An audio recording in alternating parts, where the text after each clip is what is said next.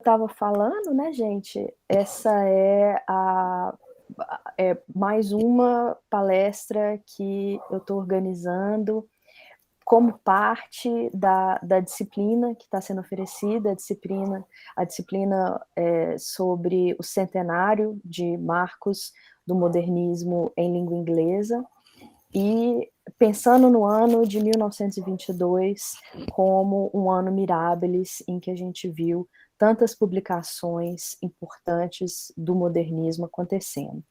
E um evento que não é em 1922, mas que deixa uma longa sombra para essa produção modernista desse período é justamente a Grande Guerra na Europa, a Primeira Guerra Mundial, como a gente conhece aqui, na língua inglesa, especialmente na Grã-Bretanha e no Reino Unido, eles conhecem como a Grande Guerra, e que acaba sendo uma guerra que, para a gente, talvez até porque não teve não teve a participação da FEB, enfim, fica meio.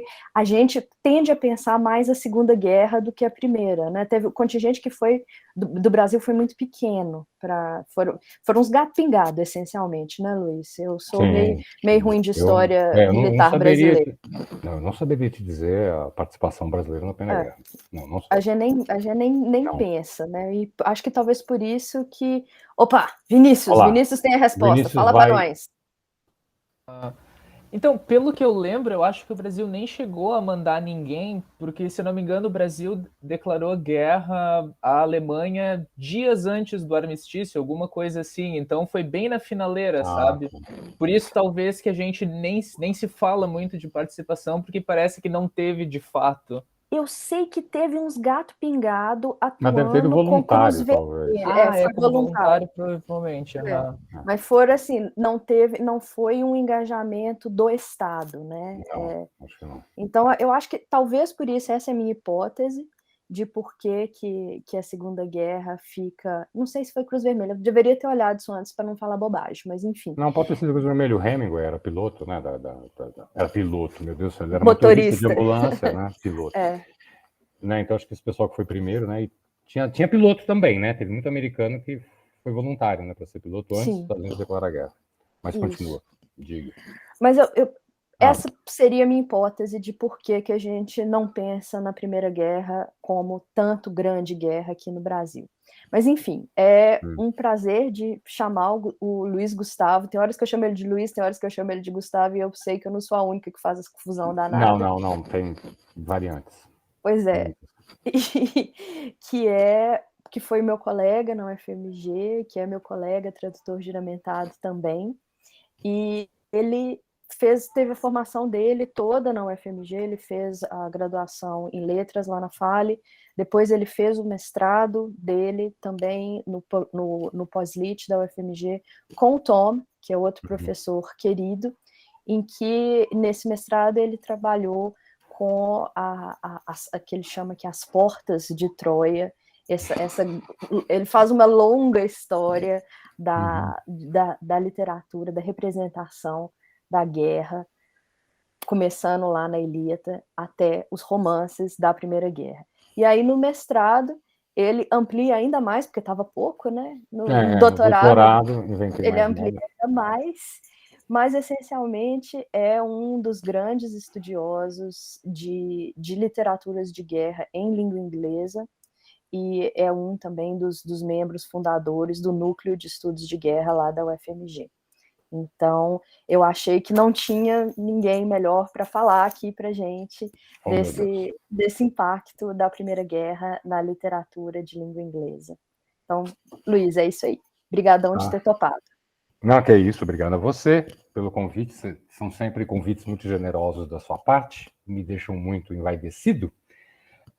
Ainda mais com essas introduções assim elogiosas, né? Puxa saco, eu gosto. Puxa saco, não, eu gosto de ser. Eu sei disso, é minha amiga. Não.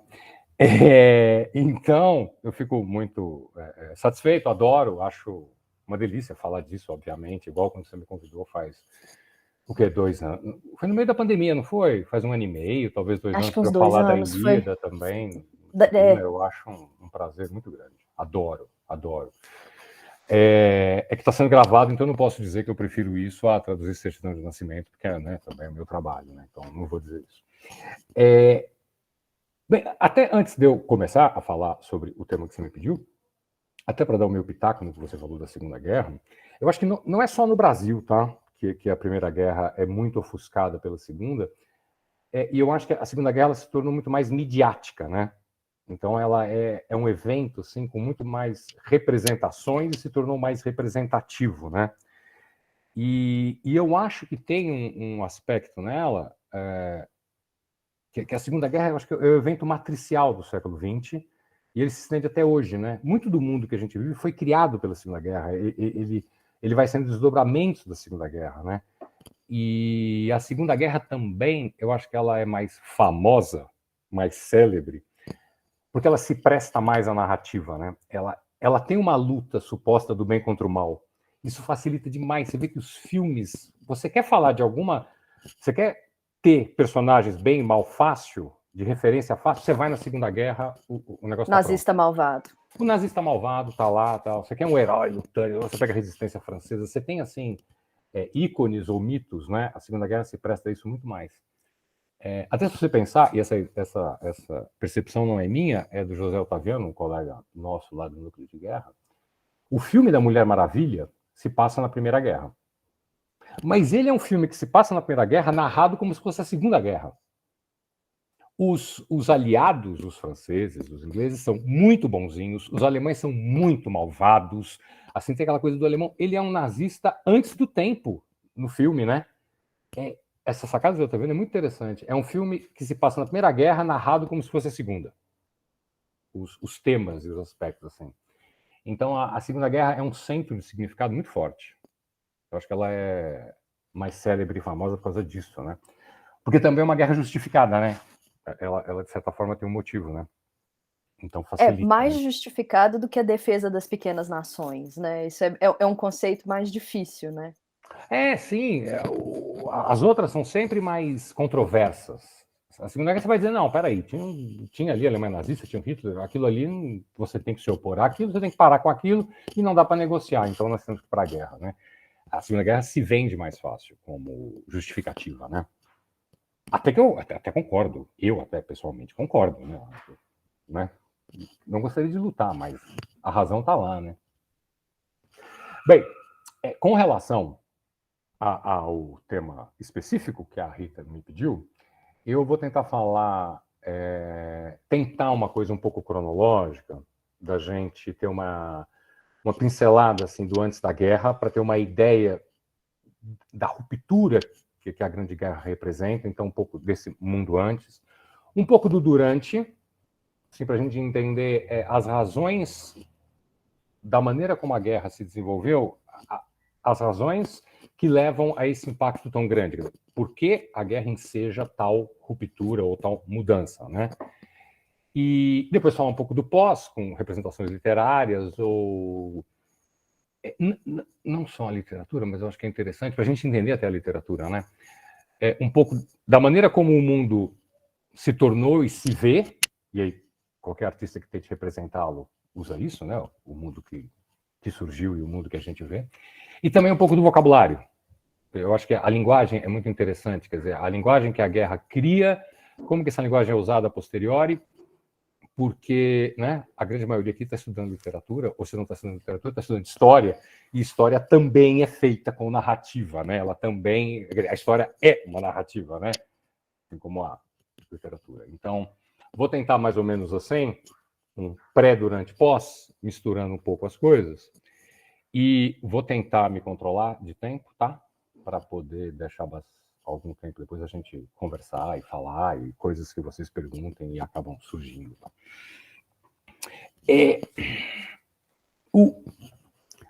Esse mundo no qual a Primeira Guerra começa, a Grande Guerra começa, a gente tem que ter... Eu vejo com a minha experiência, com a minha...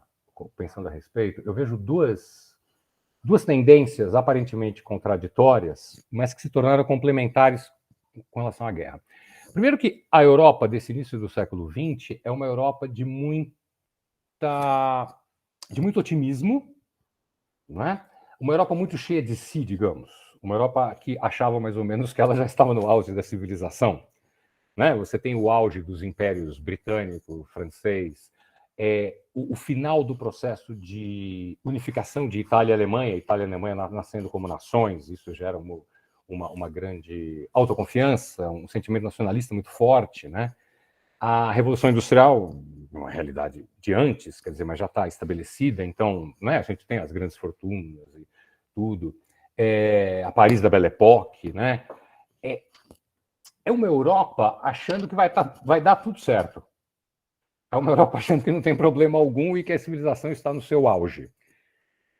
E é geralmente assim, é geralmente nesses momentos que puxam o tapete, né?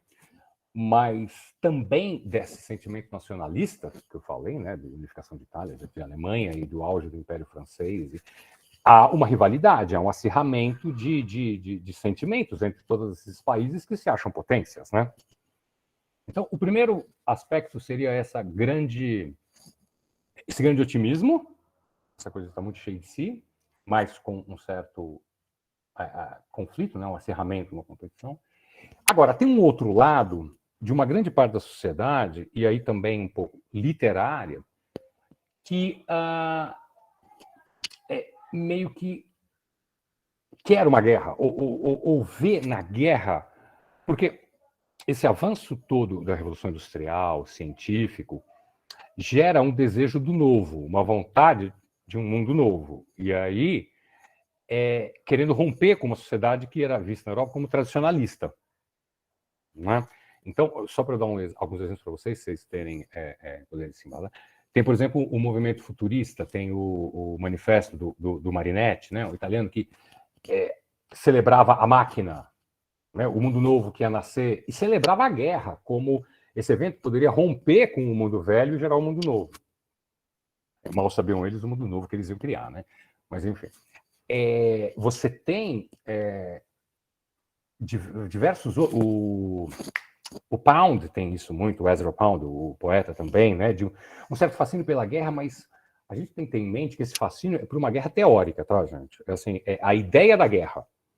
A guerra é uma coisa, é um evento purificador, um evento renovador da sociedade, né? E então, eu acho que você poderia dizer assim, não, tem um lado que é muito otimista, acha que tá tudo ótimo, não vai dar nada de errado, e tem um lado que quer a guerra, né? Mas os dois lados meio que apoiavam, caminham juntos para a guerra, para esse precipício, né? Primeiro, por achar que não podia nada dar errado, era muito otimista, né? E também por achar que com tal avanço tecnológico, a guerra seria resolvida muito rápido, caso ela eclodisse, né? E quando ela eclodiu, todo mundo achou que no Natal estava acabada, né? E é bom não esquecer que a guerra foi recebida com festa em todo lugar, né? Quando iniciou a guerra, teve celebração em Paris, em Londres, em Berlim. Né? Eu não vou me ater a grandes detalhes a respeito de aspectos históricos, de como iniciou a guerra, quais foram os eventos, o desenvolvimento da guerra e essas coisas todas. Tentar dar só um apanhado para a gente chegar em literatura, né? Então, havia essa Europa muito otimista e também uma celebração do evento guerra. A guerra, até a Primeira Guerra, o evento guerra, ele sempre foi visto como um rito de passagem necessário ao homem. Um rapaz, um jovem que queria se tornar um homem, um verdadeiro, um homem completo, ele tinha que experimentar combate, ele tinha que ir para a guerra. Né? Essa é uma visão muito antiga, muito antiquada, e isso vem, meu Deus, isso desde a Ilíada, desde a Grécia Antiga, quer dizer, não é? E passando pela Idade Média e tal, a guerra é uma coisa necessária na vida de um homem. Mas nunca a guerra que eles conseguiram na Grande Guerra. E aí é a grande ruptura, né? A Primeira Guerra Mundial, mais do que qualquer outra, ela explicita, ela escancara uma coisa que é essencial, e eu queria até colocar isso para vocês como algo muito, muito, muito importante. Assim. Tem uma frase que eu adoro, eu cito sempre, do Paul Fussell, esse acadêmico, né? Ele escreveu o livro Great War and Modern Memory, A Grande Guerra e a Memória Moderna, e ele abre o livro com uma frase que me marcou, que eu acho excepcional, que é: toda guerra é irônica, porque toda guerra é pior do que o esperado. a actualization, a realização, né, a concretização da guerra, ela nunca condiz com a idealização, com o que você espera. E o Paul Fussell só é capaz de pensar nessa formulação porque existiu a Primeira Guerra Mundial. A Primeira Guerra Mundial é que revela, desvela, é isso? Né? Que revela esta ironia, essa lacuna entre o que se espera de uma guerra e o que acaba por se encontrar nela, né? Bem, então, a guerra eclodiu nesse mundo, e como eu disse a vocês, todo mundo achando que ela terminaria no Natal, e que seria rápida. E não foi isso que aconteceu, né? Se formou uma linha de trincheiras, a fronteira inteira da França, indo desde a fronteira da França com a Suíça, passando por toda a fronteira com a Alemanha e subindo pela Bélgica e a Holanda, chegando até o Canal da Mancha, né? E foi uma guerra estagnada, que parou. E ficou lá as trincheiras se enfrentando. Quer dizer, toda e qualquer história gloriosa com a qual todos esses homens cresceram, nenhuma delas se realizou, né? Não havia grandes feitos a serem realizados, não havia ritual de purificação, não havia criação de um mundo novo, havia lama, rato, morte, todo mundo parado, levando bomba na cabeça, né? E nesse ponto exato do que eu estou falando com relação à guerra em si, eu queria chegar para a gente falar um pouco da linguagem que a gente aplica à guerra, até para entender o que é a Primeira Guerra, o que ela fez e o que ela gera depois. Tem um historiador americano, é um cara muito conservador, aliás, ele foi consultor do George Bush, mas ele é californiano, ele tem vinhas na Califórnia e tal, Victor Davis Hanson, e ele estudava literatura clássica. E foi, Rita? Você está sem microfone. Ah, não, eu estava falando que eu não sei quem é, não. O Victor Davis Hanson, ele chegou a ser consultor de militar do Bush Filho, tá? Victor Davis Hanson. Ele é, primeiramente, um historiador e um teórico literário.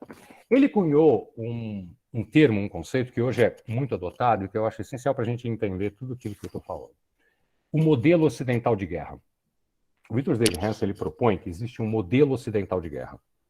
Esse modelo foi criado e desenvolvido pelos gregos.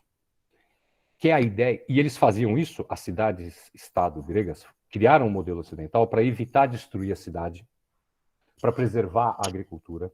O modelo é o seguinte: você sai da cidade com um exército, encontra com o seu inimigo, que é outra cidade, mas num ponto X, longe das cidades, há um conflito muito intenso, muito rápido, muito violento e decisivo. Ganhar, ganhou, volta para casa. Você preserva a cidade, você luta em dado momento e preserva a agricultura. E ele lembra até o teatro grego, né? Porque você tem um local, né? Como se fosse o teatro, você tem o drama todo intensificado ali, durante uma hora e pouco, 2 horas, e tem uma resolução, acaba. E o modelo ocidental de guerra que os gregos inventaram, ele é baseado na batalha. A batalha decisiva é um confronto rápido até o fim, e alguém ganha. Os romanos aprimoraram isso e os europeus adotaram. E os impérios europeus foram aprimorando isso. E foram aplicando no resto do mundo, e com muito sucesso, obviamente, foram eles os impérios que se expandiram pelo mundo inteiro, né? E esse modelo, ele se baseia em alguns pilares, né? Você tem que ter um exército muito bem treinado, você tem que ter avanço tecnológico sempre para poder ganhar a batalha rápido. Você tem que ter um sistema financeiro que apoie a criação desse exército e o apoio financeiro para ter as armas. E você não pode ser muito, como é que eu vou dizer? Você tem que ser pragmático, aberto a inovações, porque o modelo tem que ir aceitando o avanço. Então, sociedades muito fechadas ou muito religiosas, ou as sociedades às vezes asiáticas ou outras, né, mais fechadas ou restritas, elas que tinham influências outras, né, elas não se adequavam ao que era o que ocorria no mundo para poder assimilar e adotar avanços. Então, o que é a Primeira Guerra? A Primeira Guerra, ela é o auge, o ápice do modelo ocidental de guerra. Mas esse modelo, ele sempre foi utilizado contra outros modelos. Ele era usado, por exemplo, na América do Sul, ou na América Central, contra os Incas, contra os Maias, que eram povos que faziam a guerra de forma ritualística, ou para ter vítimas para oferecer aos deuses. Então eles não estavam preparados para uma guerra que ia ser uma batalha para todo mundo morrer e ver quem ganha. Então eles foram facilmente derrotados, né? Certas tribos africanas davam muito valor ao valor do homem, do guerreiro, então elas não aceitavam tanto as armas, o avanço tecnológico, então elas eram dizimadas pelos europeus. O que é a Primeira Guerra? A Primeira Guerra é o auge do modelo ocidental voltado contra si mesmo. Então você tem o auge da tecnologia, exércitos extremamente bem treinados, com o máximo de disciplina, o máximo de tecnologia, o máximo de conhecimento teórico sobre guerra, se confrontando. E isso acabou com a origem do modelo ocidental, que era resolver rapidamente numa batalha decisiva. Você cria o... Meu Deus, a palavra em português, Maria Rita, stalemate. Você cria o... trava, né? Você cria uma... Não é decisiva, fica parado um contra o outro, não se move, né? E aí, eu vou me permitir uma digressão com relação à Primeira Guerra Mundial, mas eu acho... Mariana ajudou aqui a gente, é um impasse. Isso, Mariana, valeu. Um impasse, né? Quando o modelo se volta contra si mesmo, no ápice dele, ele destrói a ideia inicial, que era resolver rápido para preservar a cidade, preservar mulheres e crianças, preservar a agricultura. Não, ele destrói tudo, né? Ele destrói a terra, né? Enfim, eu vou me permitir uma breve digressão aqui, porque eu acho muito interessante para quem estuda história ou literatura a gente focar na palavra, né, e na linguagem. Tem em mente esse conceito do modelo ocidental de guerra. É muito interessante porque o modelo ocidental de guerra apregou a batalha decisiva, esse confronto direto. Então, se a gente for pensar, porque eu acho muito interessante pensar em vocabulário, né, em como a gente usa as palavras. O que é um terrorista? O terrorista, essa é a minha definição, Luiz Gustavo, tá? O terrorista é alguém que luta a guerra num modelo diferente do seu.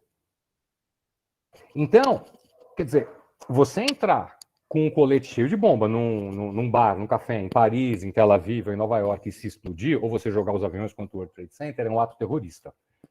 Por quê? Porque você não se dispôs a criar um exército, juntar um monte de homens e me enfrentar numa batalha. Agora, para os Estados Unidos, ou para o modelo ocidental de guerra, você juntar 20, 30, 40, 50 mil aviões e bombardear Tóquio em luz do dia, avisando que vai fazer isso, e jogar 2 milhões de toneladas de bombas em Tóquio, não é um crime, não é um ato terrorista. Porque ele avisou que ia atacar, está dentro do modelo ocidental, ele topou lutar, né? Então você organize a sua força aérea e me enfrente aqui. Dentro do modelo, está tudo bem, não é? É aí que é genial, permitindo-me mais uma digressão, que é genial o Vietnã e o Ho Chi Minh. Os Estados Unidos foram para o Vietnã e sempre quiseram o quê? Uma batalha. Eles tinham as bases aéreas, eles tinham o exército, e eles falavam para os vietnamitas, vocês são covardes, junta um exército e vem lutar comigo. O Vietnã falou, não, esse é o seu modelo, essa é a sua proposta, nós vamos fazer diferente. Nós não vamos fazer uma batalha decisiva, nós não queremos tomar o terreno, a gente vai atacar aqui, ali, no outro lugar, não tem um exército estabelecido aqui. Interessante isso. O Gandhi propõe isso para a Inglaterra, eu acho. Fala, a minha guerra é diferente, ela não tem arma. Ela é pela paz, não vai haver violência alguma. Como é que a Inglaterra luta isso? Ela perde. Então eu acho muito interessante a gente ter noção dessa coisa do vocabulário, né? Porque diga, Rita. Não, eu ia dizer a regra do jogo, né? Exatamente. A regra do jogo. A regra do jogo. A regra do jogo. Porque se eu aceito lutar, vou me engajar numa batalha, nas tuas regras eu vou perder. Porque você criou o jogo, desenvolveu as regras, não é isso? Você tem o manual. Então eu não posso lutar da maneira que você luta, porque eu vou ser derrotado. Não é? E essa coisa, a guerra, ela é muito interessante. Isso é um aspecto literário também, mas é muito político, e eu acho muito importante a gente discutir isso. E a Primeira Guerra se presta muito a isso, né? As nomenclaturas que foram se perdendo, né? Então, o que é um terrorista, uma coisa que depois foi criada, para os nazistas, alguém que lutava na Revolução, na Resistência Francesa era um terrorista. Para os franceses, ele é um herói, né? E os exemplos se somam. Não vou tantas digressões, não. Então vamos focar. Depois de focar, eu faço mais digressões sobre o linguajar que se aplica à guerra, né? A Primeira Guerra ela é narrada de forma eminentemente negativa. Tá? Assim, você só vai encontrar alguma narrativa que glorifique a guerra ou que faça a apologia da guerra, da Primeira Guerra, se for de alguém que não experimentou o combate, tá? Não sabia, digamos, não sabia do que estava falando realmente. Tá? Talvez o grande exemplo em inglês seja o poeta o Hubert Brooke, né? Que tem aquele poema The Soldier, né? E é engraçado que o Brooke morreu antes de ver combate, né? Ele morreu em Gallipoli, não foi? Ele morreu em 1915. Ele não tinha visto o que era de fato a guerra. Isso que ele fazia apologia, né? É possível a gente encontrar, não ingleses, o poeta francês, o Apollinaire, que também faz uma apologia da guerra, mas ele não faz exatamente uma apologia da guerra, da Primeira Guerra ou do combate como se deu. Ele faz uma apologia do evento guerra, como algo muito fantástico, muito diferente. E isso é algo que a gente pode até encontrar após a Primeira Guerra. Pessoas que reconhecem, que admitem o fascínio que o combate exerce, sem negar os aspectos negativos de qualquer guerra, né?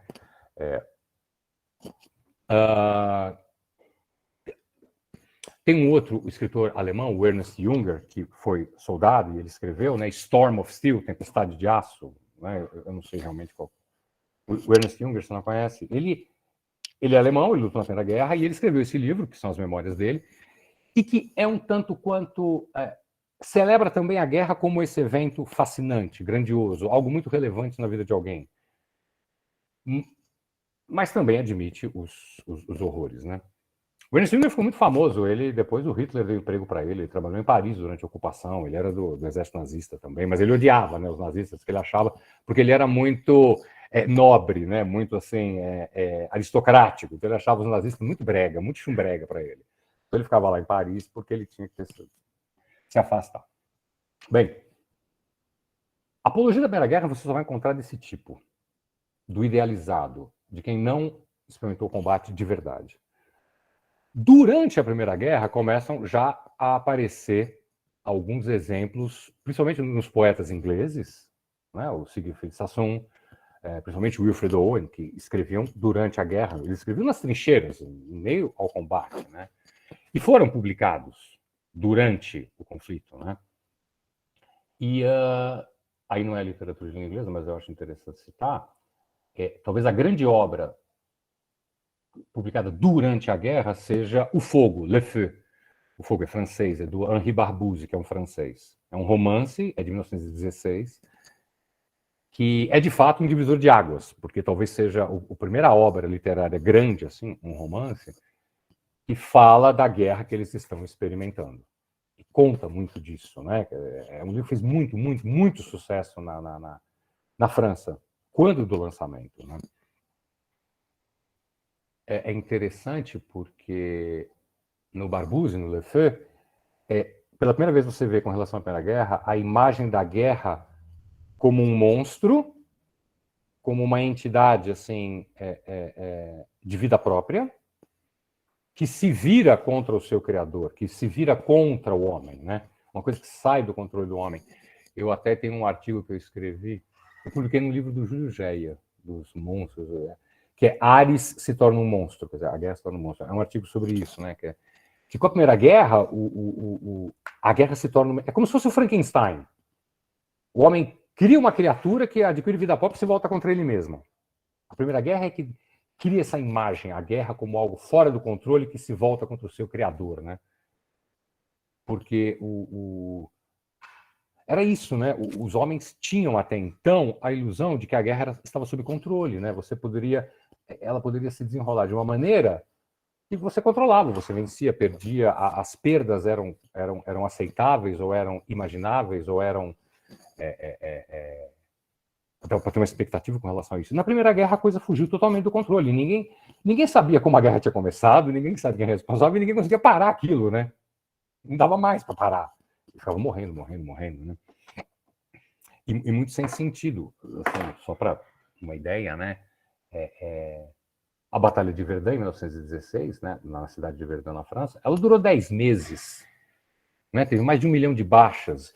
E no final da batalha, os alemães tinham avançado coisa de 10, 20 quilômetros. É uma coisa ridícula, 1 milhão de baixas para não acontecer nada. Então, os homens, os alemães, os franceses, os ingleses, todos, ninguém via o outro como inimigo, eles viam a guerra em si como inimigo, né? O evento, o inimigo é a guerra, é esse evento sem controle, né?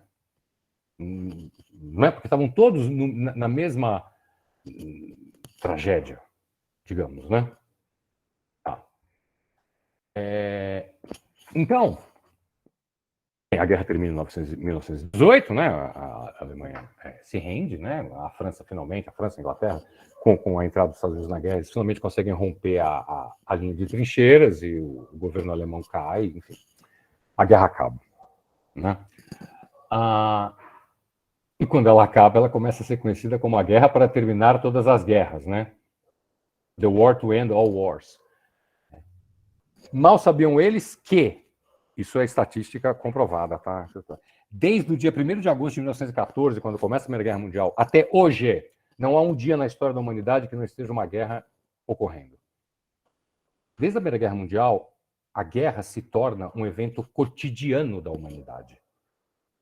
Há sempre uma guerra ocorrendo no planeta desde o início da Primeira Guerra Mundial. Não há um dia de paz na Terra. O que é uma constatação assustadora, né? Não há um dia de paz na Terra desde a Primeira Guerra Mundial. Bem, que tipo de literatura pode nascer disso, né? Tem um outro teórico de literatura, e principalmente de literatura de guerra, Stanley Cooperman. Ele escreve um livro que é World War I and the American Novel. Isso da nomenclatura é interessante, né? A Primeira Guerra é The Great War, principalmente na Inglaterra, né? Ou pode ser First World War, mas é geralmente The Great War. Nos Estados Unidos é World War I e World War II, porque os Estados Unidos é mais 1, 2, igual Rambo 1, Rambo 2, né? Poderoso Chefão 1, 2, 3. Os Estados Unidos gostam dos númerozinhos, né? Bem, o Stanley Cooperman, nesse livro, World War I and the American Novel, ele fala de uma literatura da desilusão. É isso que ele fala, Literature of Disillusionment ou Disappointment. Acho que é Disillusionment. Uma literatura dessa desilusão, dessa decepção, né? É uma literatura de desesperança, né? É uma literatura de decepção, de uma expectativa totalmente esfacelada, de uma crença no avanço da humanidade, que o progresso humano, eles achavam que levar para um lugar, te leva à metralhadora, te leva ao tanque, te leva ao avião, né? Que é usado para matar, né? O avanço tecnológico não se revela uma solução, ele se revela parte do problema. Né? E é interessante como o Stanley Cooperman fala que as representações da literatura que surge da Segunda Guerra Mundial, ela não traz tanta desilusão. Porque, de certa forma, já se sabia o que a guerra reservava. Né? E a Segunda Guerra, como eu falei, havia até talvez um propósito. Né? O que a gente não sabia é quão baixo nós poderíamos ir, né? Então aí é preciso você chegar lá e libertar Auschwitz para saber, dá para a gente ir bem mais baixo, né? A gente pode ser muito pior do que a gente achava, né? Mas enfim, a Segunda Guerra, ela não é essa ruptura da primeira. Ela não é essa decepção. Né? O mundo não desaba com a Segunda Guerra. Com a Primeira Guerra, o mundo desaba. Né?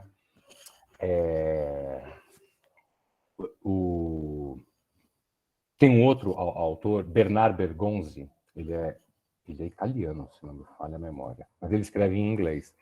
Ele tem um livro que chama Heroes Twilight, O Crepúsculo dos Heróis. E é sobre a Primeira Guerra, né? E aí é um ponto muito interessante, que foi até o meu mestrado que eu queria tocar. A Primeira Guerra, ela destrói um paradigma, né? Até a Primeira Guerra era possível pensar na figura do herói. Tá? E aí é muito literário isso, mas infelizmente tem as consequências no mundo do jeito. E eu traço esse paralelo, eu comparo a figura do Aquiles, né? Porque o Aquiles é o herói da Ilíada, ele é o primeiro, ele é o arquétipo do herói de guerra. Né? Então, o que é isso? É um indivíduo, um ser humano, um homem, que, por meio da sua capacidade por causa do seu poder, da sua excelência como guerreiro, ele é capaz de se destacar em combate e realizar grandes feitos. E ele é decisivo para o desenrolar da guerra, né? Então a figura do herói, ela vai permeando a humanidade e é ela que informa também esse desejo do jovem de participar da guerra. E se a gente for ler Guerra e Paz, os personagens do Tolstói querem ir para a guerra para serem heróis, para realizar grandes feitos. Você vai ler Henrique V do Shakespeare, eles querem lutar também para a mesma coisa. O grande clássico de guerra americano, Red Badge of Courage, da Guerra Civil Americana, né, o símbolo vermelho da guerra, do Stephen Crane. Quais são os spoilers, Amanda? Me diga. O que eu estou fazendo de spoiler? Amanda, já falei, não tem spoiler, e aluno de literatura não tem spoiler. Pode... não, gente, o final não. O importante é curtir o caminho, não esquenta a cabeça com o final, não. Não tem isso de reclamar de spoiler. Pode falar, não. Luiz, vai em mesmo paz. Porque se é literatura de guerra, a maioria vai morrer, tá, gente? Se for boa, né? Vai morrer. Então, quer dizer, a figura do herói ou desse indivíduo de excelência, ela informa, ela vem na literatura, ela vem nas representações e ela informa a sociedade. O desejo do homem de participar disso. O que ocorre com a Primeira Guerra? Esse avanço tecnológico brutal torna o indivíduo totalmente irrelevante. Né? Como eu falei da Batalha de Verdun, 1 milhão de baixas em 10 meses. Quer dizer, o indivíduo ele é aniquilado. Então, a Primeira Guerra cria uma mudança de paradigma literário. O herói nomeado, glorioso e que realiza grandes atos, que seria o Aquiles, ele é substituído pela vítima anônima impotente. Alguém que está lá, não controla nada, foi jogado lá dentro e só está rezando para acabar vivo. E acabou morrendo. Que figura é essa? É o soldado desconhecido. Não é? Você já deve ter ouvido falar, não sei, que existe isso, né? O soldado desconhecido. E... O soldado desconhecido foi criado pela Primeira Guerra. É a Primeira Guerra Mundial que dá origem a essa figura ou a essa tradição, né? Todos os países que participaram da Primeira Guerra criaram o seu soldado desconhecido e fizeram um túmulo para o soldado desconhecido. Gente, tem país, acho que a Nova Zelândia, se não tenho certeza. A Nova Zelândia fez um enterro do soldado desconhecido no ano 2000, 1999, agora, em termos históricos, 80 anos depois da guerra. E eles pegaram alguém que tinha morrido na Primeira Guerra. Alguém que estava lá nos campos de Galípoli, lá na Turquia, onde teve a batalha contra os ingleses. Né? Então, é muito interessante, porque é muito emblemático o que a Primeira Guerra faz nesse sentido, que é literário, mas também é da vida, né? Assim, sem ser literário. A substituição do indivíduo nomeado, que pode fazer alguma diferença, pela vítima impotente, que sequer nome tem. Né? E é muito interessante a coisa do nome, né? O herói é lembrado pelo nome, é o teu nome que te torna eterno. É o nome que a gente repete. Mas também porque você não tem o corpo, né, Luiz? Você não tem Príamo pedindo o corpo do Heitor. Você tem pedaços de coisas. Tem pedaços. Que sequer você pode levar para enterrar como coisa inteira. Quando acabou a Primeira Guerra, tinha mais de 500 mil corpos não reconhecidos no fronte ocidental. Ali na linha de trincheiras havia 500 mil de corpos que você não sabia quem era. Porque não eram nem corpos, né, gente? Vamos ser bem explícitos aqui. Eram pedaços de seres humanos, né? Eram pedaços, né?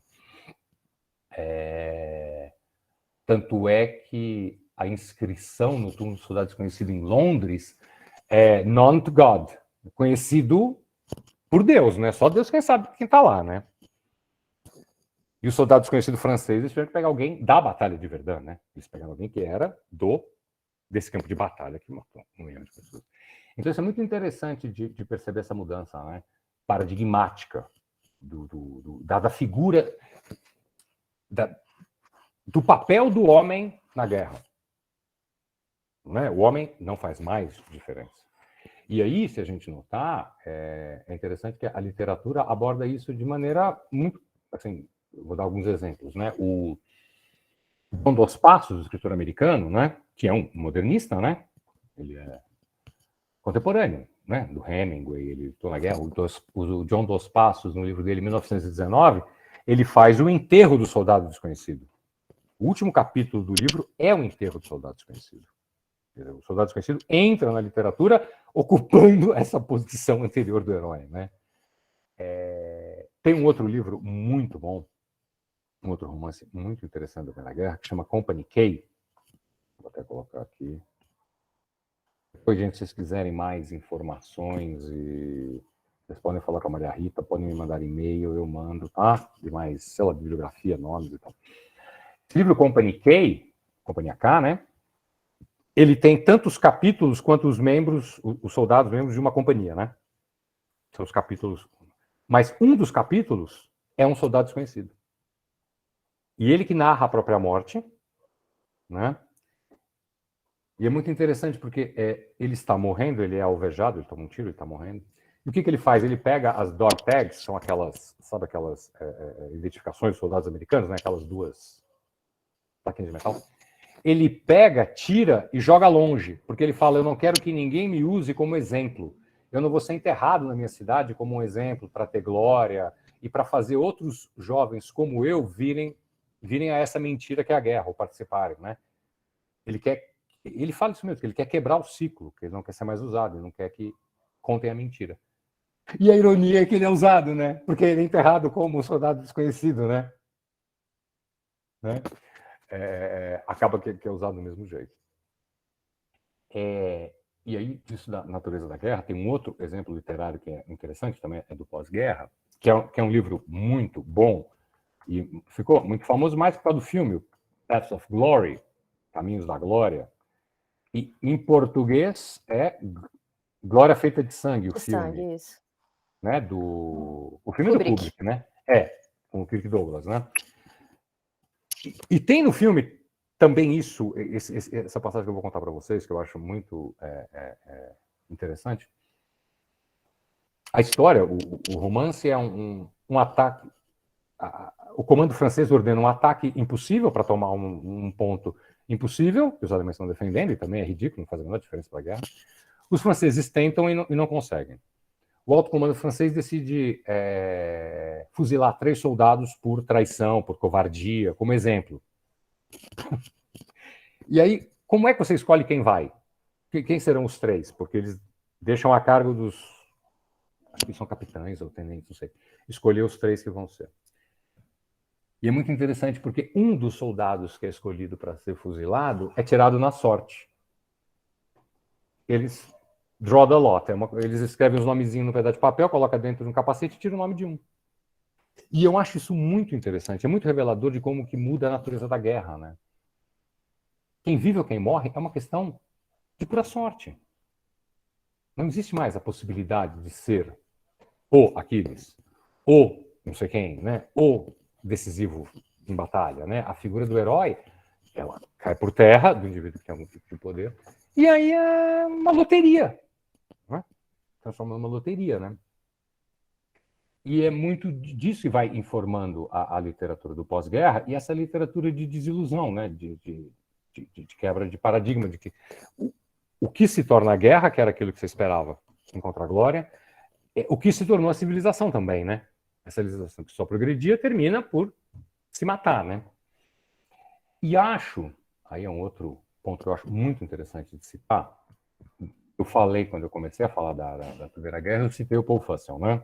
Eu falei que toda guerra é irônica, porque toda guerra é pior do que esperado. A guerra, né? A idealização da guerra nunca é aquilo que você encontra. Eu tenho para mim que a Primeira Guerra ela é tão relevante e ela muda não só a narrativa de guerra posterior, ela muda não só a maneira como uma guerra pode ser contada, não é mais aceitável hoje em dia uma narrativa de guerra heróica, grandiosa. Quer dizer, não sei o que a gente vai pensar no cultura popular, né? Rambo 1, Rambo 2, esse tipo de coisa. Mas a Primeira Guerra ela é tão simbólica e tão relevante que eu tenho plena convicção que ela muda a nossa interpretação do passado. Ela não altera só o presente dela e o futuro, ela altera o passado. A ironia que eu, Luiz Gustavo, encontrei na Ilíada, quando eu interpretei a Ilíada para escrever diversas coisas, só me foi possível encontrar após a Primeira Guerra. Porque eu sou alguém que vive após a Primeira Guerra. A Primeira Guerra revela a ironia da guerra, revela essa lacuna entre o que a gente espera e o que a gente encontra, né? Revela a guerra como esse evento incontrolável. Antes da Primeira Guerra Mundial, não havia uma interpretação, uma leitura da Ilíada que dissesse que a guerra na Ilíada podia ser negativa. Ou que o Homero criticava a guerra. Qualquer crítica ou leitura da Ilíada que diz não ao Homero mostra que a guerra é horrível. Veja que o Aquiles, mesmo sendo mais forte, ele acaba alquebrado, né? Decepcionado, ele vai morrer. Essas interpretações da Ilíada só são possíveis após a Primeira Guerra. A Primeira Guerra é tão interessante nesse sentido que, né, ela muda a forma como a gente vê o passado, né? O passado adquire outra luz, né? Possibilidade de ver essa ironia da guerra anterior a ela mesma, né? E aí fica uma pergunta que eu acho muito interessante do ponto de vista literário, né? Com relação à ironia. A ironia que é esse termo, esse conceito dificílimo, né? De se definir ou de se pensar. A minha filha Estela definiu ironia com 9 anos. Eu achei brilhante. Ela falou, é uma mentira que não quer enganar, pai. Eu falei, olha, tá até bom. Uma mentira que não é para enganar, né? Mas, enfim, essa coisa da ironia da guerra, né, e da gente poder interpretar até o passado, fica uma questão, né? A ironia está no evento ou ela está na nossa cabeça, né? A Primeira Guerra, ela é inerente, intrinsecamente irônica, de ser sempre pior do que esperado, não é nada do que você esperava, e a guerra é assim? Ou é a gente só que vê dessa maneira, né? A ironia está no fato ou a ironia está na nossa cabeça? Isso é uma grande dúvida que eu tenho, que acho que dá para discutir muito, literariamente. Bem, eu queria só fazer mais um comentário a respeito. Teve, né, em 2018, né, o centenário do final da guerra, né, e ela continua relevante. Ainda há obras. Eu não sei de uma obra tão recente, dos últimos, sei lá, 5, 6 anos. Eu não li. Eu acho que a Segunda Guerra hoje é mais premente, né? Assim, aparece mais. Mas, se vocês tiverem interesse também, como eu estou jogando aqui diversos títulos, falando alguns nomes, né? Tem a Pat Barker, que é uma escritora inglesa. Ela é excepcional. Ela escreveu a trilogia, em português alguns, tá? Regeneration. O primeiro livro chama Regeneration. Você já leu, Rita? Pat Barker? Esse Regeneration é brilhante. Ele se passa em Craig Lockhart, que era o hospital psiquiátrico na Escócia, para onde foi o Sassoon, né? O Sassoon é personagem, o Graves é personagem, e o outro personagem é o médico Rivers, que é um dos primeiros psicólogos da história, um dos primeiros a adotar as teorias do Freud. É o que faz os filmes deles lá em Lockhart, não é? Sim. E o livro se passa em Craig Lockhart. E tem o Rivers como personagem, o Sassoon, e tem um personagem fictício, que é um homossexual que sofre muito durante a guerra, que é o... My God. Eu não vou lembrar o nome do principal. Que ele aparece nos 3 livros da trilogia, porque tem o Regeneration, Eye in the Door e Ghost Road. Tá? Mas o melhor é o Regeneration, que é uma ficção histórica assim, muito interessante, que mistura assim, ficção com a realidade, e fala muito do trauma de guerra e como que isso era considerado covardia ou desculpa para não participar. Fala da questão do homossexualismo no exército, como que é reprimido e como que... Né? Então, a Pat Barker é muito interessante. A Pat Barker, inclusive, o último livro dela chama Silence of the Girls. É brilhante. Ela conta a Ilíada do ponto de vista da escrava que gera a briga entre o Aquiles e o Agamenon na Ilíada. Quer dizer, ela narra essa história de homem, né? Essa grande guerra, né? Ela narra... O que eu falei de errado, meu Deus? Que eu falei assim sem pensar, foi meio correndo. Que mancada que eu dei. Enfim. Voltando, ela narra a Ilíada por isso feminino. É muito interessante. Muito interessante. Ela dá voz à mulher para ver esse horror e falar, né?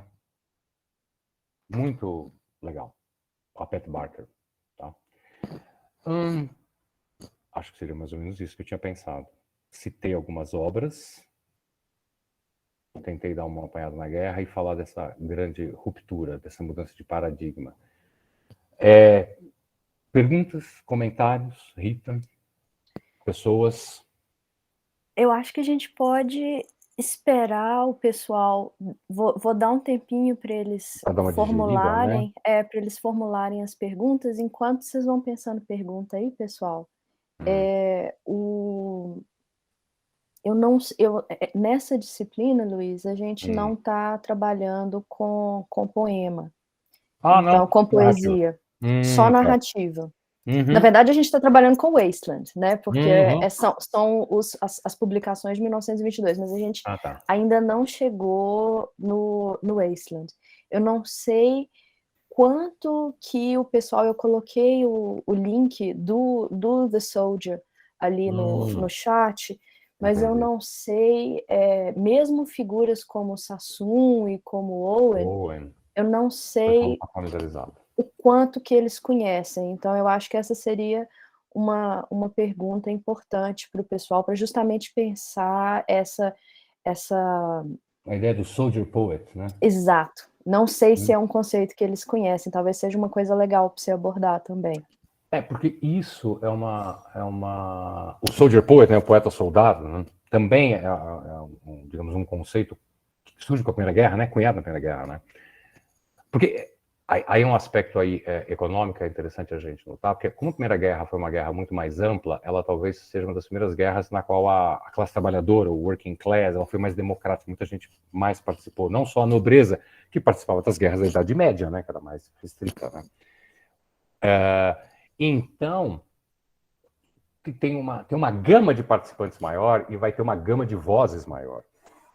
E também pelo ambiente, eu acho que aí também a gente tem que levar em conta o ambiente literário, não é, Rita? De Londres, Paris, com mais publicações, então esses poetas... Acesso à educação, que também tinha sido ampliado, né? O número de letrados. E de publicá-los, né? Sim.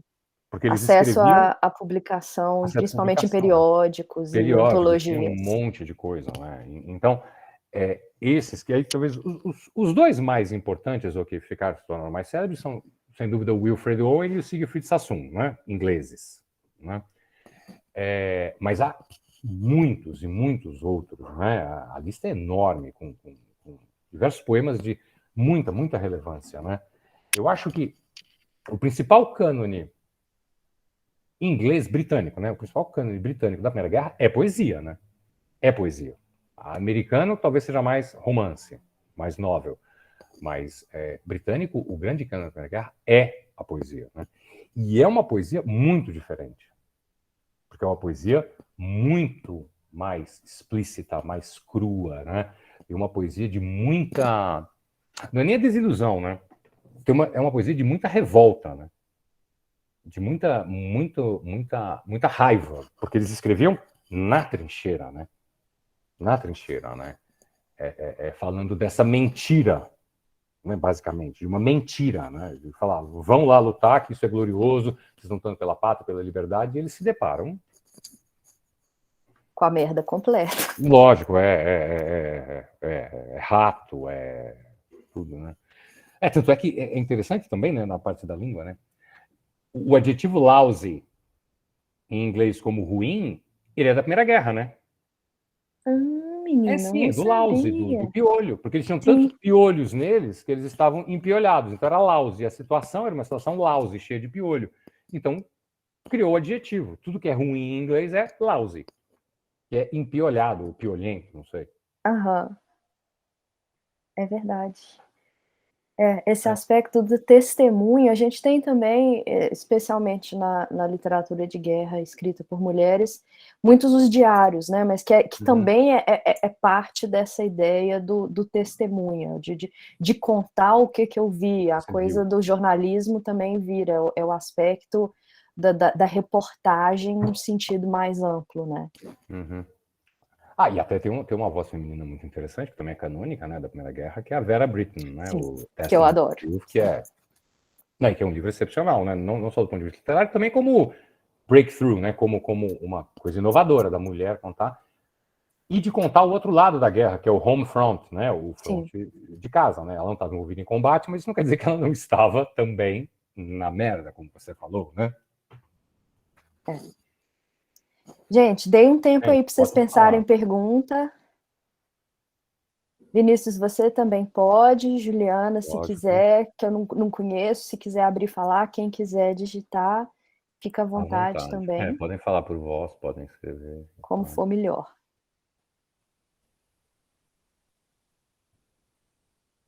Acho que o povo está tímido. O povo está tímido, né? Falando até, vou ampliar então, né?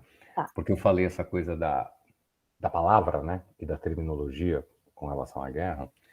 E eu viajei recentemente, né? Faz umas 2, 3 semanas eu dei uma viajada. E aí eu fui num monumento que tem em Paris, que é o monumento do Veldiv, o Velódromo de Inverno, que foi uma coisa que ocorreu na Segunda Guerra, quando a polícia francesa prendeu em 2 dias 13 mil judeus. E eram famílias inteiras, e eram cidadãos franceses, E a polícia francesa fez isso a mando dos nazistas, mas foi a polícia francesa que fez. Prendeu esses 13 mil, jogou no estádio, que era o Velódromo de Inverno, no estádio, né? Deixou eles lá 3 dias sem água, sem comida, até organizar transporte para os campos de extermínio, até organizar o transporte para Auschwitz. E morreu todo mundo, né? Morreram 3.900 crianças, né? E aí você vê as placas lá, tem criança de 4, 5, 6 anos. Então. Mas aí o ponto que eu quero salientar, que é muito interessante. Durante décadas, a França se recusou a aceitar a participação. Ela colocava isso como uma participação, como um ato dos nazistas. A Marine Le Pen, que perdeu a eleição domingo, ela se recusa a admitir que a França é culpada sobre isso. Há uma controvérsia com ela, porque ela fala em entrevista. A França não tem a ver com isso. E isso é muito interessante com relação à guerra, porque é a nomenclatura. Se o Estado francês admitir, o Estado francês é culpado, ele tem que pagar reparação, ele tem que pagar indenização, e ele está admitindo uma culpa do Estado. Agora, era o Estado francês, porque a França estava ocupada, mas foram policiais franceses. Os policiais respondem a quem, né? A justificativa do Eichmann, né? Exatamente. Me mandaram. Não tem nada a ver com isso. É muito interessante isso, se você chamar uma coisa de guerra ou não. Por exemplo, também com relação à França, né? A Argélia fez uma guerra de independência. A Argélia era colônia francesa. Ela fez uma guerra de independência em 1954. A França nunca reconheceu isso como uma guerra. Então, os soldados que foram lutar na Argélia não têm direito à pensão. Eles não têm direito a nenhuma compensação. E a França não oferece tratamento psiquiátrico, não oferecia, porque também já fazem 70 anos. Porque não era guerra, era uma ação policial. Porque a Argélia era a França. A Argélia não era colônia. Igual a Índia era colônia da Inglaterra. A Argélia era território francês, então não tem guerra lá. Lá tem uma ação policial. Por isso que eu me bato, por exemplo, quando dizem que tem a guerra às drogas no Rio de Janeiro, no Brasil, uma guerra. Você não pode chamar isso de guerra, porque se você chamar o que tem no Rio de Janeiro de guerra, as regras são outras, as leis são outras, e certas leis da nossa sociedade não se aplicam. Então você pode matar alguém impunemente, porque na guerra o objetivo é matar alguém. Então você não pode chamar certas coisas de guerra. Porque se você muda a nomenclatura, mudam as regras, mudam as leis, né? Muda a narrativa. Tem que ter muito cuidado com o que a gente chama de guerra, né? Da mesma forma, tem que ter muito cuidado com quem você chama de terrorista, ou, não é? E isso implica na literatura, né? O nome que a gente dá às coisas é muito relevante, né? Muito relevante. Continuo vendo se alguém quer falar. Ou a Rita vai falar. O Vinícius. Amanda levantou a mão. Amanda, você quer falar ou escrever?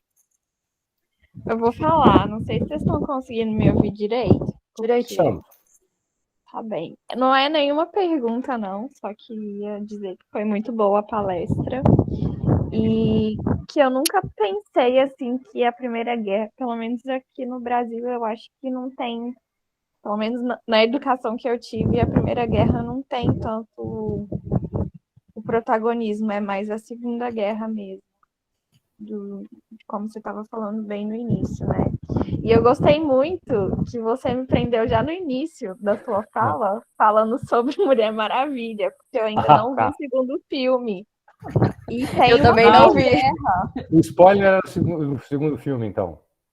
Não, é do... O spoiler é de Guerra e Paz. Tá.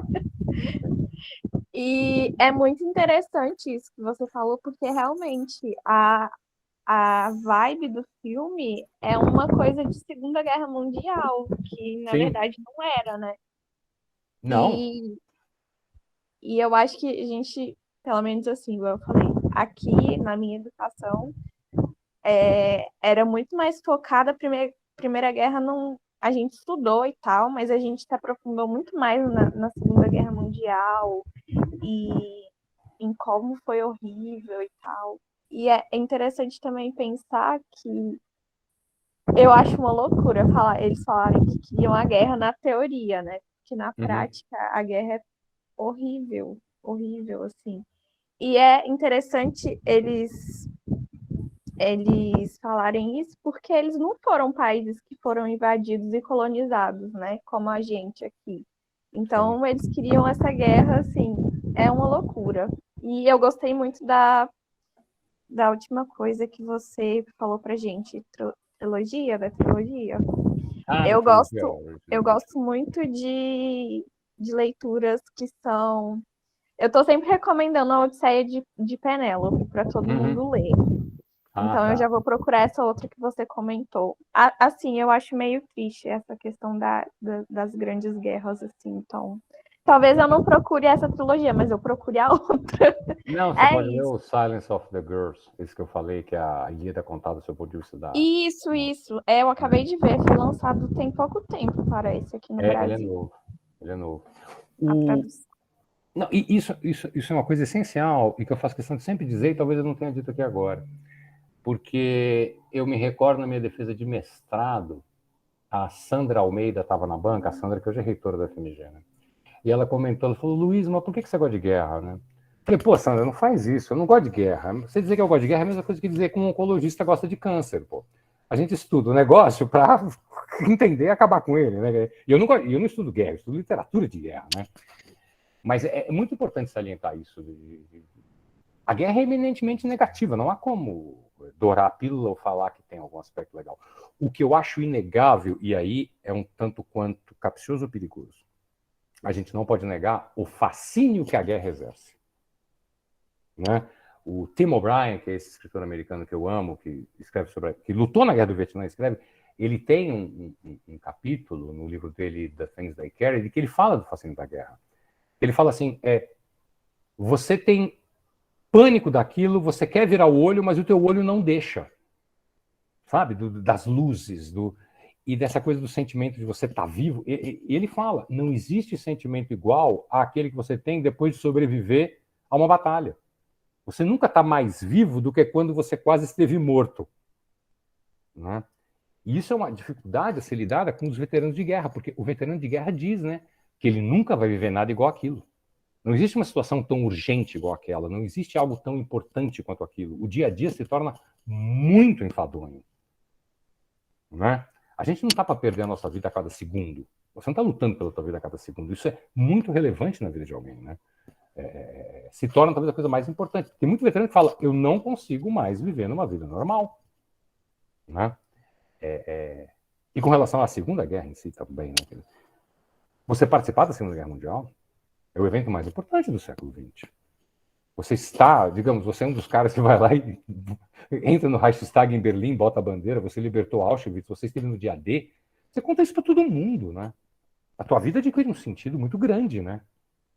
Vender sapato não se compara a isso, não é fazer tradução de certidão de nascimento. Então, é de uma relevância muito grande. A gente não pode esquecer isso. A guerra, o evento, é extremamente negativo, nada de bom se tira daquilo.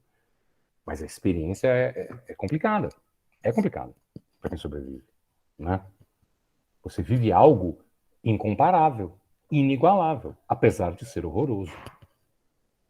Sem falar na questão da incomunicabilidade, né? Exatamente.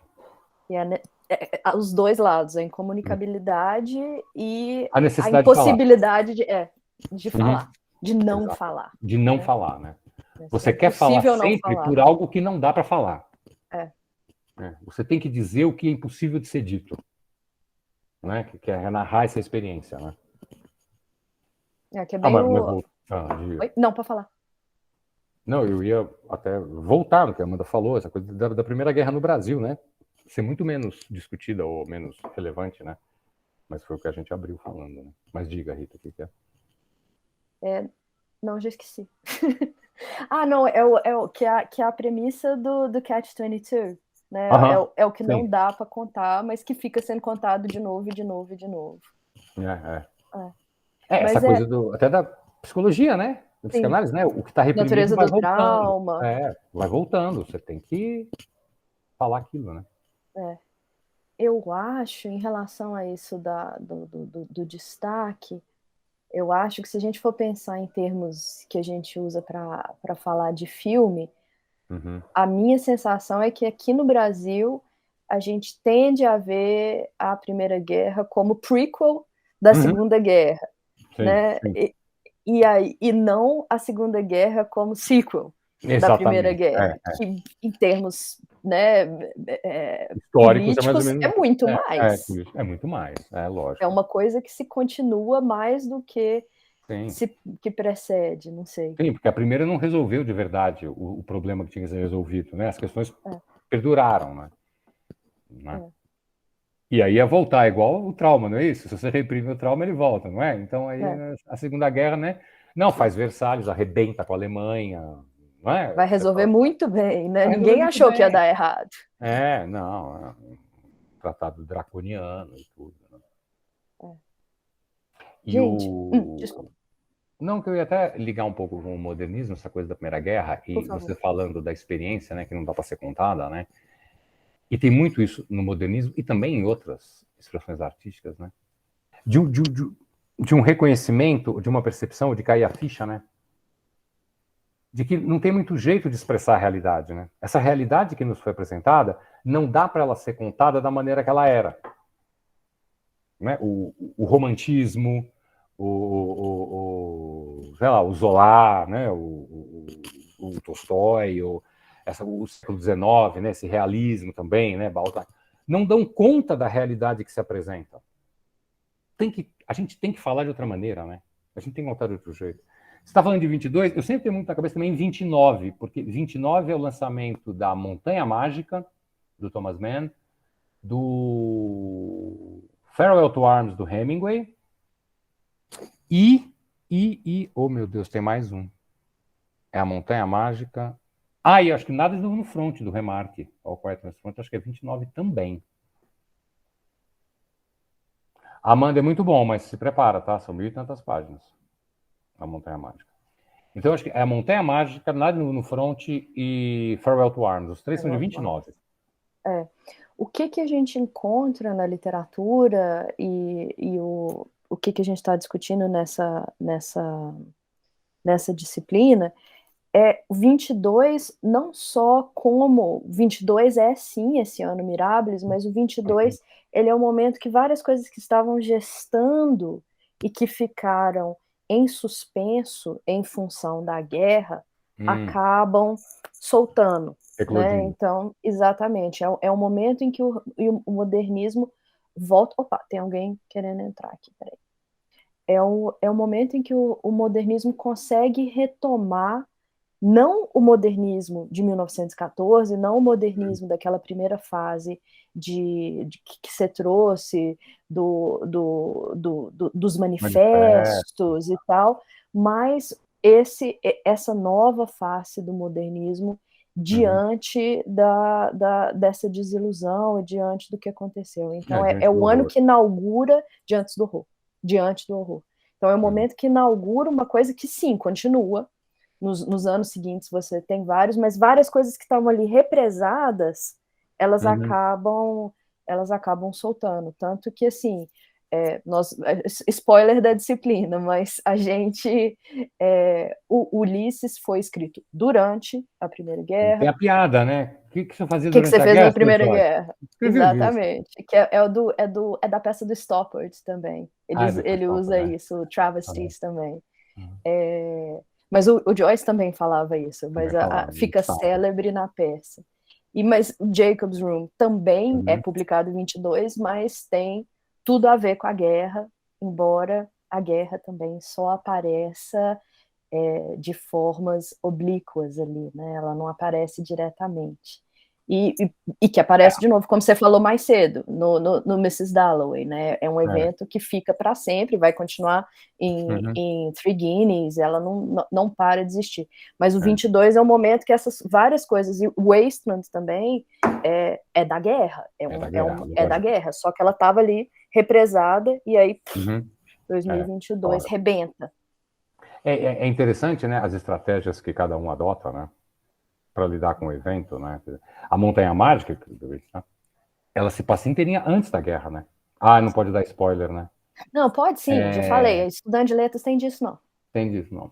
A Montanha Mágica, ela acaba quando começa a guerra, né? A guerra é declarada, acaba o livro, né? Então é muito interessante, porque mas o Thomas Mann está falando da guerra o tempo inteiro, né? Ele Igual fala dessa Jacobs. doença da civilização, da sociedade, essa doença que está ali e que está para aparecer, né? Que a sociedade está doente e vai dar uma guerra, né? E o esfacelamento do individual é exatamente o que a gente vê no quarto de Jacob, né, pessoal? Uhum. A gente não, como que se conta uma história de um indivíduo quando você tem uma coisa que despersonaliza completamente todo mundo que está envolvido, né? Uhum. Nós vamos, isso aí é cenas dos próximos capítulos, nós vamos falar disso. Não chega a ser spoiler, mas né? Não, eles já eram para ter lido inteiro, então spoiler não vai ter, não, mas vai ser o fechamento desse módulo que era do Jacob's Room. Entendi. E o Eliot recorre às vozes, né, também, nesse sentido, como o Ulisses fez também e como a Virginia Woolf fez também. Então você tem vozes um pouco desconexas para poder tentar aquela narrativa mais coesa. É o que o Luiz estava falando em relação ao realismo também, né? Você tem uma narrativa que se fragmenta também. Se fragmenta, né? Até quando eu falei do exemplo do Company K, né? Esse livro que é narrado por 20, 30 né, narradores diferentes, né? E essa voz, né, única do século XIX, desse narrador muito onipresente, controlador, ele, de certa forma, desmorona, né? Porque a narrativa única e dominante ela vai por terra, né? Né? Pessoal, João, Vinícius, Sandra... Opa, João fez uma pergunta. Lá, Primeira Guerra, tá. Como os modernistas lidaram com a Revolução de 17? Ah, entendi. Não sei, Rita, a opinião deles com relação a... Eu sei que o John Dos Passos era comunista, esse escritor americano que eu falei, que era amigo do Hemingway, ele era comunista, ele devia ter gostado do assunto. Os outros eu não sei. O marido da Virginia Woolf, ele era do Partido Socialista também. O Leonard, né? O Leonard, exatamente. Mas, ao mesmo tempo, eles também estavam muito em contato com exilados russos. Então, eles também viam esse outro lado do problema do Estado repressor. Então, mais especificamente, o Koteliansky, ele acaba emigrando para o Reino Unido, porque, como artista, várias liberdades dele estavam ali cerceadas, e ele acaba trabalhando muito, de forma muito próxima com os Woolf por causa da editora deles. Então, mas assim, especificamente falando... Sobre um aspecto talvez até ideológico, de postura deles, eu também não sei, especialmente considerando, no caso da Woolf e do Joyce, o pacifismo deles, que era uma questão muito arraigada. Então, eu acho que pelo pacifismo, considerando esse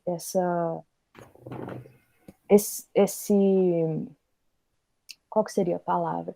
É isso mesmo, por causa desse pacifismo arraigado, eu acho que eles não veriam com bons olhos, como uma coisa justificada, da mesma forma que nem a Segunda Guerra eles viram com bons olhos, né?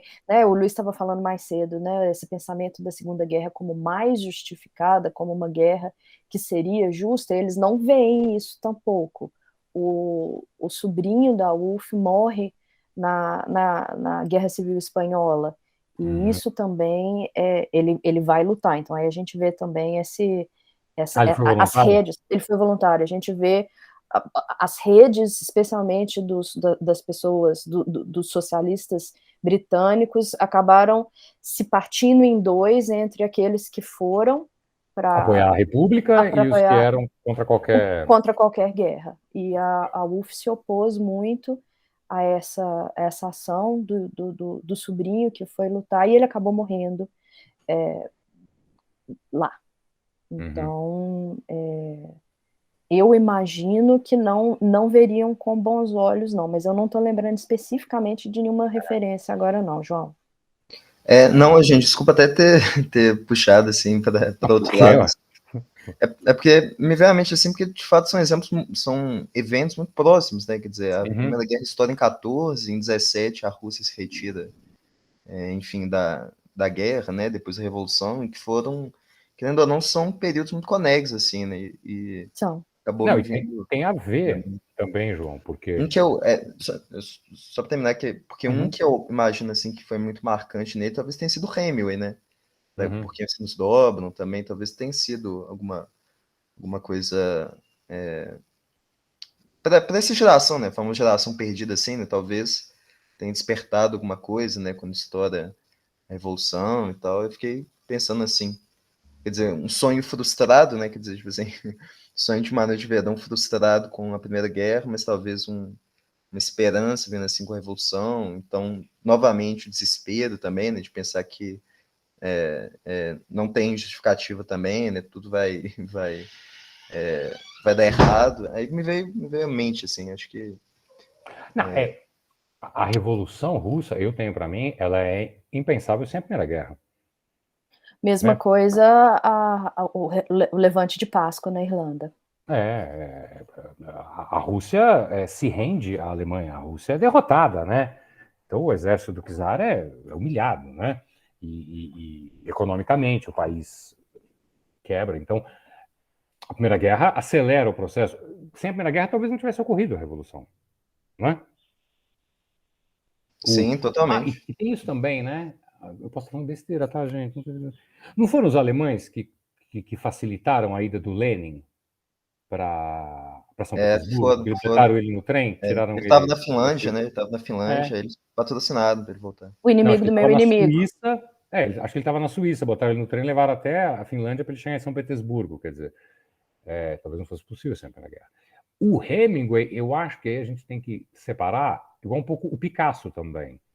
Uma coisa é uma simpatia ou uma admiração pela ideologia comunista, como ideia, como proposta para a resolução dos problemas do mundo, e outra coisa é o regime da União Soviética, né? E principalmente o regime stalinista, né? De repressão total, não tinha criação artística, não teria lugar para um Picasso na União Soviética, não teria lugar para um Hemingway na União Soviética, né? Então você pode até simpatizar com o comunismo como ideia, mas não com o que o Stalin fazia lá, né? E o Porque os Sinos Dobram, aí é a Guerra Civil Espanhola, né? Que o Hemingway era muito simpatizante da causa, né? Ele estava lá, ele esteve lá, ficou um tempão lá, né? Porque eram muita coisa acontecendo ao mesmo tempo, né? Assim, uma coisa após a outra, encadeado. Mas, de novo, segurou para a Primeira Guerra e depois... Sim. Né? E é um momento de muito exacerbado ideologicamente, obviamente, né? Vai dando uma guerra atrás da outra, né? Uma revolução atrás da outra, né? E você tem duas ideologias muito, né? O nazismo e o comunismo, né? Muito antagônicas, e no meio o pessoal de liberal-democracia tentando, não é? França, quer dizer, é de muito conflito, né? De fato, né? Muito difícil saber, né? Que lado você fica ou que lado... Porque também eu me pergunto até que ponto está certo ser pacifista contra o Franco, né? Ele vai tomar teu país, ele vai te matar, ele vai te torturar, você. Não sei se a saída é ser pacifista, né? Sim. Tem certas apostas que são muito altas, né? Era exatamente essa a raiz da celeuma que deu, né? Exatamente. E é um impasse, né? Né? O que você faz? É isso. O que mais? Mais alguma perguntinha, gente? Eu vi que a Mariana falou que tinha que sair. Sim, ela saiu. Ela saiu. Se vocês tiverem mais uma pergunta... Encontro à minha disposição. Eu queria perguntar uma coisa. Agora eu quero perguntar. Pode. Pode. Eu tava lembrando que a gente falou muito de Ilíada aqui hoje e das guerras. Eu tava lembrando que, eu não sei se foi a Mônica, a professora da UFOP, ou se foi o professor Alexandre, que falou que quando entra assim o romantismo, um pouco antes do romantismo, o homem ele se volta para dentro de si, né? Porque antes o ideal do herói ou do homem era buscar a glória pela guerra, né? Pelas batalhas e tal, para entrar para a história. E aí depois com essa virada aí, na mudança, enfim, tem essa ruptura, né? E eu lembro disso claramente. E isso me tocou muito profundamente também. Dele falando, ou dela falando que a gente antes não se via abandonado por Deus, né? Se é que ele existe, não sei. E aí, depois dessa mudança, a gente se viu abandonado, a nossa própria sorte no mundo, né? E aí eu tava pensando muito no que você falou sobre a psicologia, né? O psicológico da pessoa depois da guerra. Aí eu fico pensando, será que lá na primeira ou na segunda e antes disso já tinha essa questão? Porque a gente não vê muito isso, assim, pelo menos a gente não tem esse panorama do psicológico do Ulisses, por exemplo, né? Será que isso é uma coisa moderna, contemporânea, sei lá, como a gente pode chamar? O que você me disse? Essa pergunta não fez total sentido, né? Enfim. Não fez. Não fez. Eu só estou tentando pensar na resposta, né? Para também. Não, tem que pensar na resposta, né? Você está querendo saber mais ou menos dos aspectos psicológicos, assim, com relação ao homem na guerra, mais ou menos isso, na literatura? Como é que isso. isso é expresso? Não. Assim, como é que eu vou dizer isso? A subjetividade, ou o sujeito, às vezes, pensando sobre si, tem em todo momento da literatura. Até na Ilíada, né? Há questionamento, né? Eu estou fazendo certo, estou fazendo errado. O que difere é que, até talvez o romantismo, o homem, ele estava muito mais, ou ele era descrito, ele muito mais em relação ao ambiente, né? Era uma coisa mais externa, né? Externa. Desculpa, Rita, você está sem o microfone. Não, estava pensando em voz alta, estava falando função social. Exatamente. E talvez com o romantismo tenha essa coisa de se voltar mais para dentro, né? E a gente não pode esquecer que é um pouco antes da Primeira Guerra que tem o Freud, né? Começa as teorias psicanalíticas do inconsciente, até desse livro que eu falei, né? Do Regeneration, que tem um personagem que adota a teoria freudiana, né? Para tratar. Então, eu acho que essa coisa da psicanálise do inconsciente informa também, né, de certa forma, o modernismo e essa literatura, né, do inconsciente, da subjetividade, né, e que muito do que a gente pensa, a gente pode pensar coisas que a gente não quer, ou a gente sofre por coisas que a gente sequer sabe quais são, não é? Isso começa a informar a literatura. E, bem, até o que a Rita falou também, com relação à guerra e o psicológico, né, a questão do trauma, né, a guerra é um trauma muito forte, né, e que muitas vezes é reprimido. E no começo era muito mais reprimido, porque todo e qualquer tipo de trauma era covardia, né? É você não querer lutar, você quer ir embora para casa, né? Respondi mais ou menos, Amanda? Amanda. Respondeu sim, respondeu. Tá. Eu estava pensando, faz totalmente sentido, Tá. porque... Não, acho... Pode falar. Não, se você pensar literariamente, quer dizer, a Odisseia é uma jornada do Ulisses no mundo. O Don Quixote é uma jornada do Don Quixote no mundo, né? Vem do mundo. Ulisses do Joyce é uma jornada para dentro, né? É uma jornada interna muito, né? A jornada muda, a exploração muda, né? A aventura é outra, a aventura entre aspas. Né? Sim, totalmente. É porque é impossível não comparar com a guerra que a gente está acompanhando agora da Ucrânia, né? Que os ucranianos querem defender o lugar deles. Eu fico pensando assim, gente, será que... Eu fiquei pensando, você falando da Primeira Guerra, será que essa galera foi querendo lutar mesmo e com esse sentimento, ou eles foram assim, meu Deus, a gente tá indo obrigado e tal, a gente vai morrer aqui, não tem escapatória.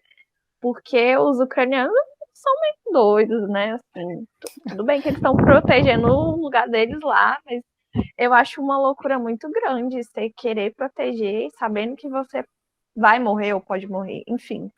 Não, mas Era isso que eu queria perguntar e você respondeu, obrigada. Não, mas a loucura é muito grande. Na Primeira Guerra, a Primeira Guerra foi recebida com festa. Assim, tinha fila de gente para se alistar. E eu acho meio que inacreditável que a coisa permanece.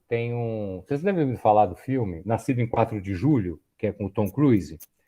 Tem o livro Born on the 4th of July, que é do Ron Covey, que é uma autobiografia. Ele luta no Vietnã.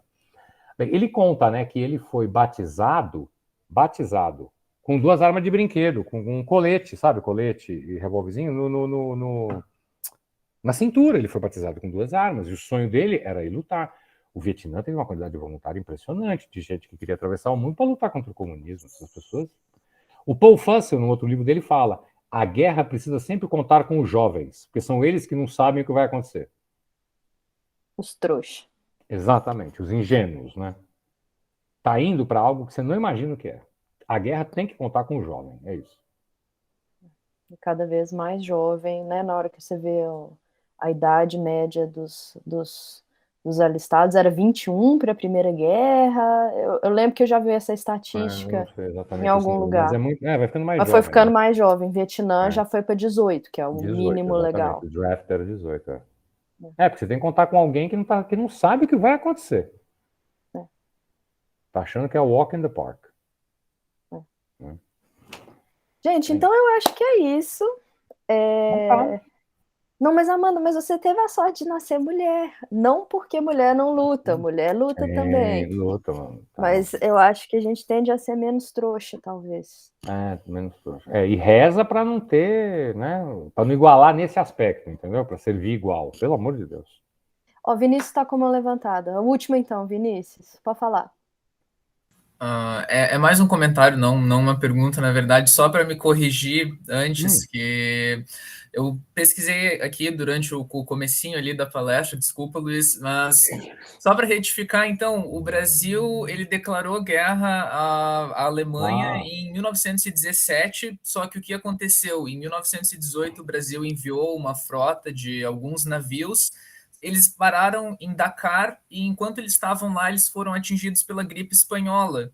Então, eles acabaram ficando meses eu tinha esquecido desse rolê. Chegaram na Europa no dia antes do armistício.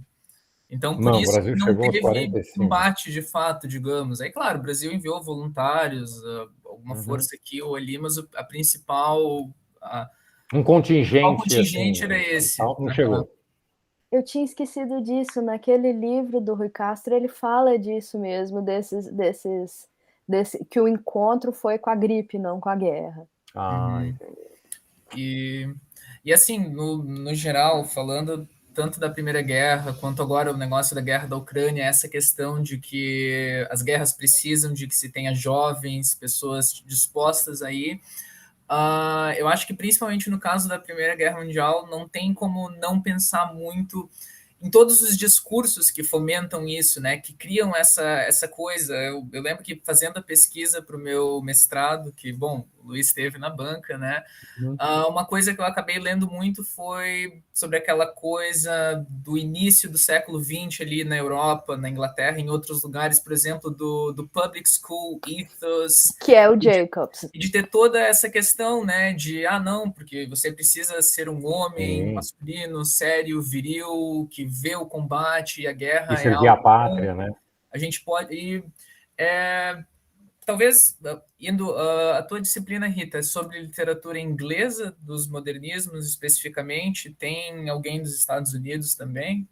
Depende de onde que você conta o Eliot. Tá. Enfim, alguns meses eu li. Alguns meses eu li o This Side of Paradise, do Fitzgerald, que, assim, eu vejo um pouco menos associado aos modernistas, mas, né, ali daquela época também. É exatamente dessa época.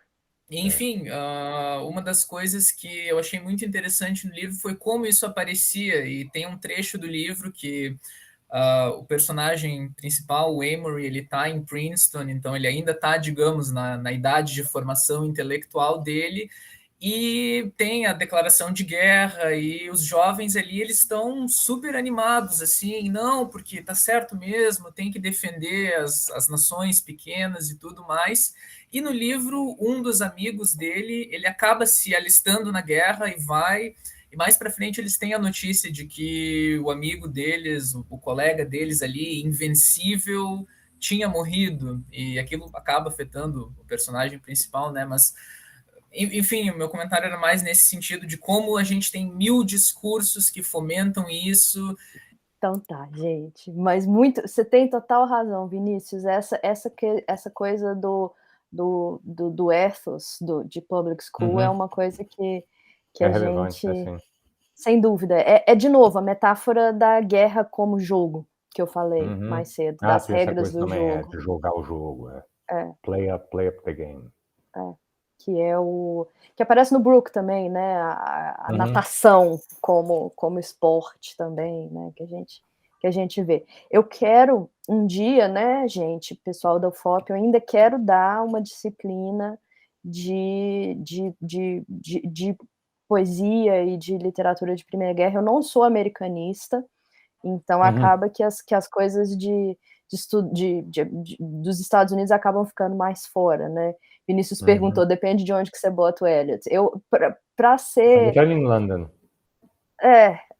Para poder... Eu justifiquei assim, eu falei, não, minha disciplina está muito internacional, pensando, né, vários ingleses, porque a gente tem neozelandesa, a gente tem a Virginia Woolf inglesa, a gente tem Ulisses, o Joyce irlandês, e a gente tem o Eliot, que é americano, mas não é, não.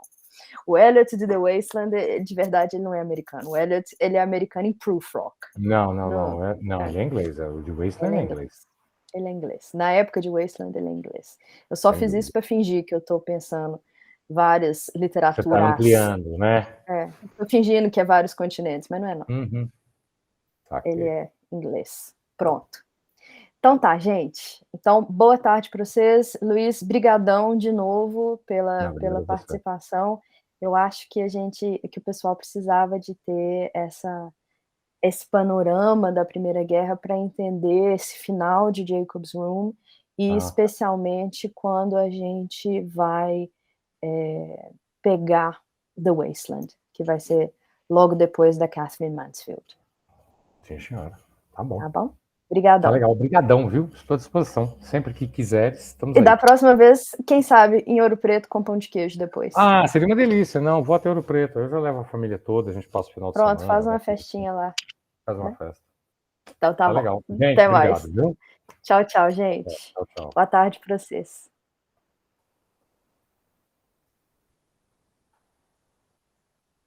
Peraí que eu tenho que parar de gravar. Não tem como sair.